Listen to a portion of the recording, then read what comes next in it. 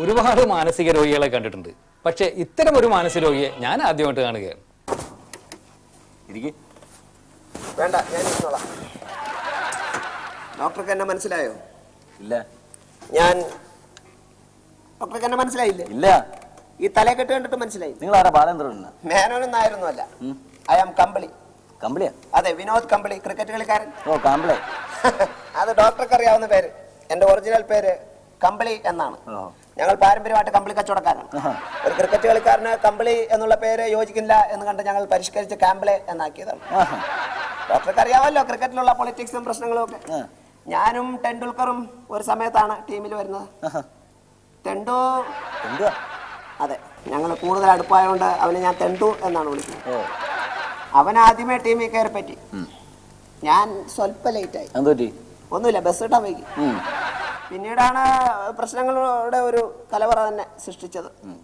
അന്ന് ഞാൻ ഒരു ഓവറില്ല 100 റൺസൊക്കെ അടിച്ചിരുന്നു. അതിപ്പോ ഓരോരുത്തരുടെ കപ്പാസിറ്റിയാണ്.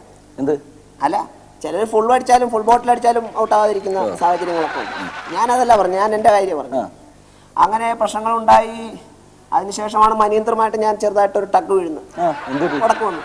മനീന്ദ്ര വാ തുറന്നാൽ ബാഡ് വേർഡ്സ് ഉപയോഗിക്കാറുള്ളൂ, തെറി പറയും. എന്റെ അടുത്ത് തെറി പറഞ്ഞു, എനിക്ക് ഇഷ്ടപ്പെട്ടില്ല. ഞാൻ ക്രിക്കറ്റ് ബാറ്റ് എടുത്തിട്ട് അവന്റെ തലക്കെട്ട് ഒരൊറ്റ അടി. ഇപ്പോഴും ഉണ്ട് ഒരു മുഴ, അത് തുണിയൊക്കെ വെച്ച് കെട്ടി നടക്കും. പിന്നെ ഡോക്ടർക്ക് അറിയാവുന്ന ചില പ്രശ്നങ്ങൾ കൂടി ഞാനിവിടെ പറയാൻ ഉദ്ദേശിക്കുകയാണ്. അങ്ങനെ കപിലുമായിട്ടൊരു ചെറിയ പ്രശ്നം ഉണ്ടായി. അതാണ് മെയിൻ പ്രോബ്ലം ഉണ്ടായത്. ഡോക്ടറെ കാണാൻ തന്നെ ഒരു സാഹചര്യം. കപില് അസൂയക്കാരനാണ് പണ്ടേ. പുള്ളി ഇവിടെ നിന്ന് ബാറ്റ് ചെയ്യുന്നു, ഞാൻ ഇവിടെ നിന്ന് ബൗൾ ചെയ്യുന്നു. അത് പറഞ്ഞാൽ ശരിയാവില്ല. ഡോക്ടർ ഞാൻ അവതരിപ്പിച്ച് കാണിച്ചു തരാം. ഇത് പോരാൻ പന്ത്, ഇത് ബോള്. ഡോക്ടർ അവിടെ കപില്, ഞാൻ ഇവിടെ നിന്നിട്ട് ഞാൻ കമ്പിളി, ഞാൻ ഇമ്രാൻ ഖാൻ, ഞാൻ ബൗൾ ചെയ്യുന്നു. നിങ്ങൾ ബാറ്റ് ആയിക്കോ, പേന ബാറ്റ് ആയിക്കോ. റെഡി. എന്താണ് എന്താ പറ്റി? ഇല്ല ഡോക്ടർ, ഞാനത് കാണിച്ചു തരാം. ഇരുന്ന് പറയാം, എനിക്കറിയാം. അങ്ങനെ ഒരു ബാറ്റിനെ ഞാനിങ്ങനെ ഫേസ് ചെയ്തപ്പോ കപില് ഒരു ബാറ്റ് ഇതിവിടെ ബോൾ അടിച്ചു കഴിഞ്ഞിട്ട് എന്നോട് ഓടാൻ സിഗ്നൽ കാണിച്ചു. ഞാൻ ഓടിയില്ല. എനിക്ക് തോന്നിയില്ല അത് ഓടാൻ പറ്റിയ ഒരു അടിയാണ്. അങ്ങനെ ഔട്ടായി. കപിലല്ല, ഞാൻ ടീമിൽ നിന്ന് ഔട്ടായി. പിന്നീടാണ് ഞാൻ ടെന്നീസിൽ ചെല്ലുന്നത്. ടെന്നീസിൽ ഡോക്ടർക്ക് അറിയാലോ, ഗ്രാഫ് വരയ്ക്കുന്ന ഒരു സ്ത്രീ, സ്റ്റെഫി ഗ്രാഫ്. അവരെന്നോട് പ്രേമാഭ്യർത്ഥന നടത്തി. പക്ഷേ ഞാൻ ചില പ്രശ്നത്തിലായി. കാരണം സെബസ്റ്റീനിക്ക് ഞാൻ വാക്ക് കൊടുത്തിരുന്നു നേരത്തെ. അപ്പൊ ഇങ്ങനെ ഈ 2 പെണ്ണുങ്ങളുടെ ഇടയിൽ ആകെ പ്രശ്നമായി. കാരണം സൗന്ദര്യം എനിക്ക് ദൈവം വാരിക്കോരി തന്നു, അതിന്റെ ചില ശാപങ്ങളായിരുന്നു. ഞാൻ വന്നപ്പോ തൊട്ട് ശ്രദ്ധിക്കുന്നതാണ്. ഈ വാച്ച് ഷർട്ടിന് പുറത്ത് കിട്ടിയാണെന്താ? അകത്ത് കെട്ടാൻ പറ്റാത്തോണ്ട്. അകത്ത് കിട്ടിയാ പുറത്ത് കെട്ടാൻ പറ്റില്ല. കാര്യം പറ. പിന്നെ വേറെ പ്രശ്നം ഉണ്ടായി. ഡോക്ടർക്ക് അറിയാലോ, ആ സമയത്തായിരുന്നു എന്നെ ബ്രസീലുകാരൻ മറോ വിളിക്കുന്നത്. മറോഡോണ കേട്ടിട്ടില്ലേ? ഫുട്ബോൾ കളിക്കാരൻ മറോഡോണ. അങ്ങനെ ഞാൻ ഫുട്ബോളിൽ വന്നു. ഫുട്ബോളിൽ ഞാൻ ഗോളിയായിരുന്നു. ഡോക്ടർക്ക് അറിയാലോ, ഒരു ഗോളിയുടെ ആഹാരം എന്ന് പറഞ്ഞു കഴിഞ്ഞാൽ ഒരു ബോളി ഒരു ചായ, അത്രേ ഉള്ളൂ. അങ്ങനെ പരിമിതമായിട്ട് ഞാൻ ജീവിച്ചുകൊണ്ടിരിക്കുമ്പോഴായിരുന്നു എൻ്റെ ഒരു ആഗ്രഹം അങ്കുരിച്ചത്. വേറൊന്നുമല്ല, ഗോളടിക്കാനുള്ള ഒരു ആഗ്രഹം. കേവലം സ്റ്റോപ്പർ ബാക്ക് പോലും, എൻ്റെ മുന്നിൽ നിൽക്കുന്ന സ്റ്റോപ്പർ ബാക്ക് പോലും ഗോൾ അടിക്കുമ്പോൾ ഞാൻ കൊതിയോടെ നോക്കി നിൽക്കുമായിരുന്നു. എന്നാണ് എനിക്കൊരു ഗോൾ അടിക്കാൻ സാധിക്കുക. എന്നിട്ട് അവസാനം ഞാൻ ഗോൾ അടിക്കാൻ അതി ആഗ്രഹമായി എതിർ ടീമിന്റെ വശത്തേക്ക് ആഞ്ഞു കയറി. പക്ഷേ റഫറിയോട് ഫൗൾ വെച്ച് കയറാൻ പറ്റില്ലെന്ന് പറഞ്ഞു. അങ്ങനെ ആഗ്രഹം സാധിക്കാതെ ഞാൻ എൻ്റെ സ്വന്തം പോസ്റ്റിൽ തന്നെ ഒരു ഗോൾ അങ്ങോട്ട് അടിച്ചു. അതെന്റെ ഒരു വിജയമായിരുന്നു.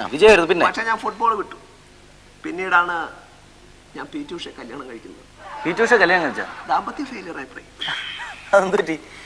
മറ്റൊന്നുമല്ല, ഈ ദാമ്പത്യം വിജയിക്കുക എന്ന് പറഞ്ഞാല് ഈ കുട്ടി എല്ലാ സമയത്തും ഓട്ടമാണ്. ഏതെങ്കിലും എവിടെയെങ്കിലും ഇരിക്കോ നിൽക്കോ കിടക്കോ എന്തെങ്കിലും ചെയ്താലേ ഈ ദാമ്പത്യം വിജയിപ്പിക്കാൻ പറ്റുള്ളൂ. എന്നിട്ട് എങ്ങനെ നിങ്ങൾ ആ കുട്ടിയുടെ കഴുത്തിൽ താലി കെട്ടി? അത് ബൂട്ട് കെട്ടാൻ ലൈസ് കെട്ടിക്കൊണ്ടിരുന്ന പുറമേന്ന് കെട്ടിയതാ. അതുകൊണ്ട് താലി കെട്ടാനെങ്കിലും പറ്റി. ഇതൊക്കെ കഴിഞ്ഞപ്പോഴാണ് പ്രശ്നങ്ങൾ ഉണ്ടായത് ഡോക്ടർ. അവസാനം ഞാൻ അഭിനയത്തിലേക്ക് വന്നു. അഭിനയത്തിൽ മമ്മട്ടിയായിരുന്നു എന്റെ വഴികാട്ടി. അത് മുഖേന ഞാൻ കൂടുതൽ റേഡിയോ നാടകങ്ങളിലാണ് അഭിനയിച്ചത്.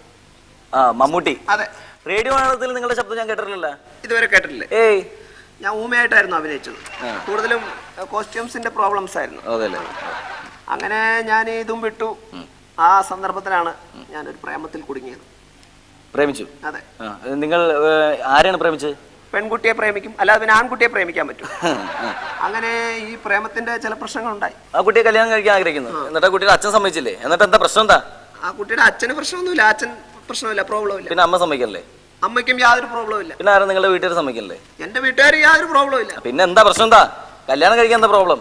ആ കുട്ടിയുടെ ഹസ്ബൻഡ് സമ്മതിക്കുമോ എന്ന് എനിക്കൊരു സംശയം. നിങ്ങൾ ആളുകളല്ല, കല്യാണം കഴിച്ച സ്ത്രീയാണോ നിങ്ങൾ പ്രേമിക്കുന്നത്? കല്യാണം കഴിക്കാതെ ഒരു ഭാര്യ ഉണ്ടാവും ഡോക്ടർ. ഭാര്യയില്ല, ഒരു ഭർത്താവില്ല. ഭർത്താവ് ഉണ്ടാവും, കുട്ടികളുണ്ടാവും. ഡോക്ടർ കണ്ണടച്ചിട്ടാക്കിയാൽ ഷേക്സ്പിയർ ആകുമെന്ന് പറയുന്നത് ശരിയല്ല. ഞെട്ടില്ല വട്ടയില്ല എന്ന് പറയുന്ന പോലെ ഒരിക്കലും കൊക്കിരിക്കും കുളം പറ്റി എന്ന് പറയാൻ പറ്റില്ല. ഞാൻ എന്താ ചെയ്യേണ്ടത് മിസ്റ്റർ? ഇപ്പൊ ഡോക്ടർ മാത്രമേ എന്നെ രക്ഷിക്കാൻ ഈ ലോകത്തിലുള്ളൂ. ഞാൻ എന്ത് ചെയ്യണം? ഡോക്ടർ എന്നെ കൈവിടിഞ്ഞാൽ ഞാൻ ആത്മഹത്യ ചെയ്യും. ഞാൻ എന്ത് ചെയ്യണമെന്ന് നിങ്ങൾ ഈ പറയണത്? ഡോക്ടറെ ഭാര്യ എനിക്ക് കല്യാണം കഴിച്ചു തരണം.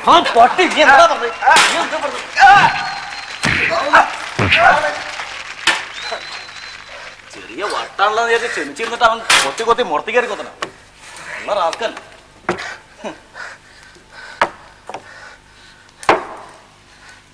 എന്തേത്? Thank you doctor, thank you. എൻ്റെ ഈ രോഗം മാറി. ഇനി ഞാൻ ആ സത്യം തുറന്നു പറയാം. ഞാൻ 6 മാസം ഗർഭിണിയാണ്. അല്ല, ഗർഭണനാണ്.